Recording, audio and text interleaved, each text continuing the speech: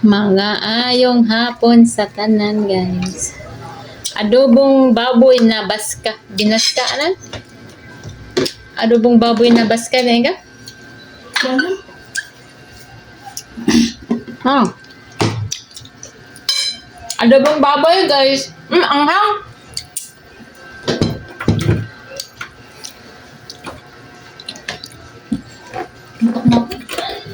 Wala kang torog ka niya. Saan ka ngayon? Ay, kapal. Ba't wala? Di ba hindi ka ote?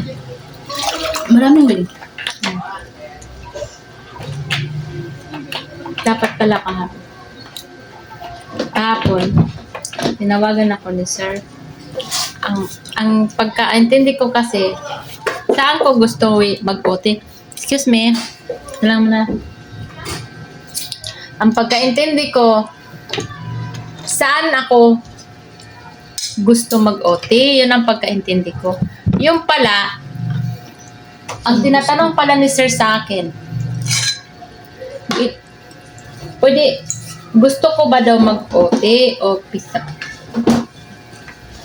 Okay.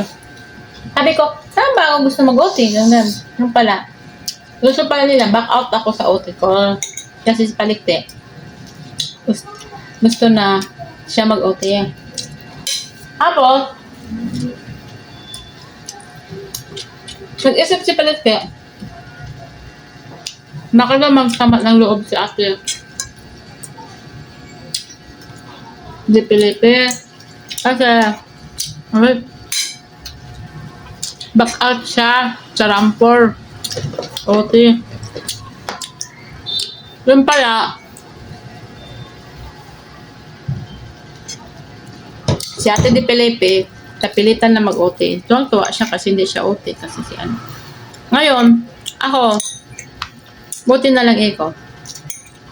OT ako kahapon. Kasi,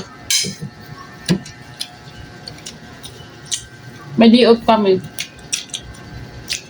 Ay, mag-OT yung day-off. Di ba pag TIC, pag day-off ko, pag day-off mo, ikaw mag-OT, di ba ikaw? Sila naman, TIC siya, as wala namang ring OT. Wala na. Sila rin pina-OT. Ha? Mas di. Nainapot yun. Ayoko. Ayoko. OT na ako kahapon. Diba?